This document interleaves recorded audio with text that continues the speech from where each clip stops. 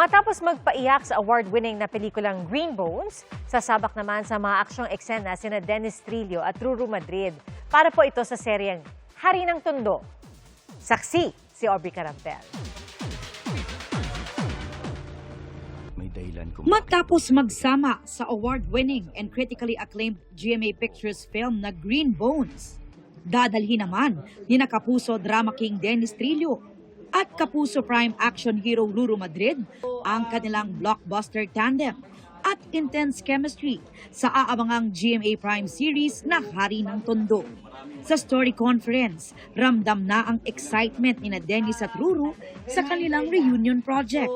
Minsan lang kami magkatrabaho ni Ruru, pero pagka binibigyan kami ng pagkakataon magkatrabaho, talagang siguradong maganda at saka isang malaking proyekto talaga. Finally ngayon sa isang teleserye, mas mahaba, mas maraming oras na magkakasama kami ni Kuya Denny. So very excited. Sa kanilang unang pagsasama sa telebisyon, asahan daw ang action-packed and powerful acting performances mula sa kanila at sa cast ng serye.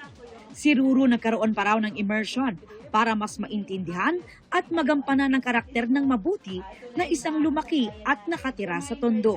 Nung natutunan ko pong kilalanin sila at aralin po papaano ba ang pamumuhay sa Tondo, na-realize ko na ganun lang pala talaga sila kalalim na tao. Feeling ko dito mas makaka-relate yung mga makakanood sa mga characters namin. Hindi lang sa akin, kundi pati sa mga characters si Ruru at sa mga ibang artista dito. Marami raw silang fight scenes and stunts, kaya ngayon pa lang ay naghahanda na sila. Nais daw ibida ni Ruru at Dennis ang Pinoy martial arts na panuntukan.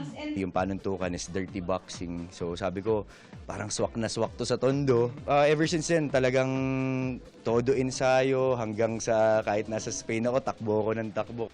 Ako, si Aubrey Carampel, ang inyong saksi.